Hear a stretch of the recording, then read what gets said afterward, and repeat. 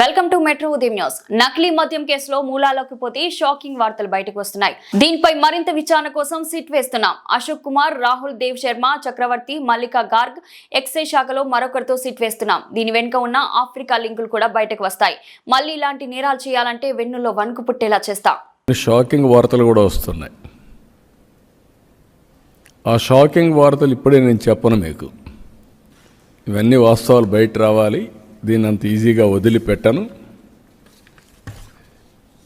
ఇవి చూసిన తర్వాత నాకు అనిపించింది, దీన్ని ఒక సిట్ వేసి టోటల్గా ప్రక్షాళన చేయడానికి ముందుకు పోవాల్సిన అవసరం ఉంది. అందుకే GVG Ashok Kumar IPS IGP Eluru range, Rahul Dev Sharma IPS director enforcement provision and excise, K Chakravarthi IPS SP CID,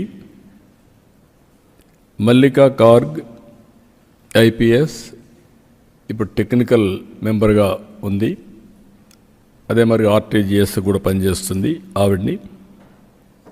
ఈ నలుగురిని ఎక్సైజ్ డిపార్ట్మెంట్లో ఇంకొకరిని తీసుకొని, అనుభవం ఉండే సబ్జెక్ట్ ఎక్స్పర్ట్ని ఒకరు తీసుకొని, వీళ్ళందరూ కలిసి ఏం జరిగిందో మొత్తం